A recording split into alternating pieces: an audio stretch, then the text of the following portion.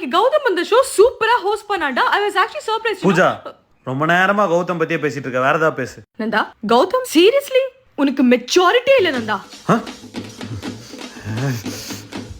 அவன் தான் so பியூட்டிஃபுல்னு comment பண்ணிருக்கான். சரி ஓகே, அப்படியே இக்னோர் பண்ணி விட வேண்டியது தானே. இல்லனா பக்கத்துல ஹார்ட்டினுக்கு ஒரு ஆப்ஷன் கொடுத்திருக்காங்களா, அதை அழுத்த வேண்டியது தானே. அத என்ன அந்த கமெண்ட்ல போய் தேங்க் யூ 2 ரெட் ஹார்ட்டின் அப்படியே ப்ளஷ் ஆவற மாதிரி ஒரு ஸ்மைலி.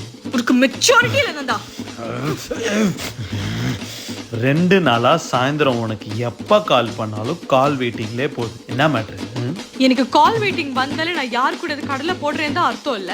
எனக்கு இந்த குடும்பம் ஃப்ரெண்ட்ஸ் யாரும் கிடையாது இல்ல. உனக்கு மெச்சூரிட்டி இல்ல நந்தா. மெச்சூரிட்டி இல்ல நந்தா. உனக்கு மெச்சூரிட்டி இல்ல நந்தா. உனக்கு மெச்சூரிட்டி இல்ல நந்தா. உனக்கு மெச்சூரிட்டி இல்ல நந்தா.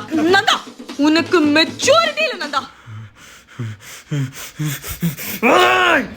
நான் உன்னையா சந்தேகப்பட்டேன்? உன்னை சுத்தி நடக்கிற விஷயத்தை தானே சந்தேகப்பட்டேன். அதுக்கு நம்ம சும்மா மெச்சூரிட்டி இல்லைன்னா ஆவுனா பாஷை சும்மா மெச்சூரிட்டி சொல்லிடுறது. ஏண்டா மத்த எல்லா விஷயத்துலயும் ஸ்மார்ட்டா யோசிக்கிறல்ல, அதனே என்ன பத்தி ஒரு விஷயம் வந்தா சட்டி மாதிரி பிஹேவ் பண்ற. எல்லாம் ஒரு அட்டென்ஷன் இல்லாம தான். அதாவது உன்னை பத்தி சுத்தி நடக்கிற பிரச்சனையில எனக்கு கொஞ்சம் அட்டென்ஷன் கொடுத்தீனா எல்லாம் சரியாயிடும். ஓ, உனக்கு அட்டென்ஷன் டெஃபிஷியன்சியா? அட்டென்ஷன் டெஃபிஷியன்சியா? இது முன்னாடி சொல்லக்கூடாதா? இது ஒரு பிரச்சனையே இல்லடா. இனிமே நீ எப்ப எங்க என்ன கூப்பிட்டாலும் நான் உடனே டான்னு வந்து நிப்பேன். ஏன்னா நமக்கு நம்ம யாத்திரை இருக்குல்ல, யூசர் ஃப்ரெண்ட்லி ஆப் வச்சிருக்கோம்ல. அது மட்டும் இல்லாம 0 commission, fast pickup, fair price and safe drop. புரியுதா? வந்து வண்டியில வரேன்.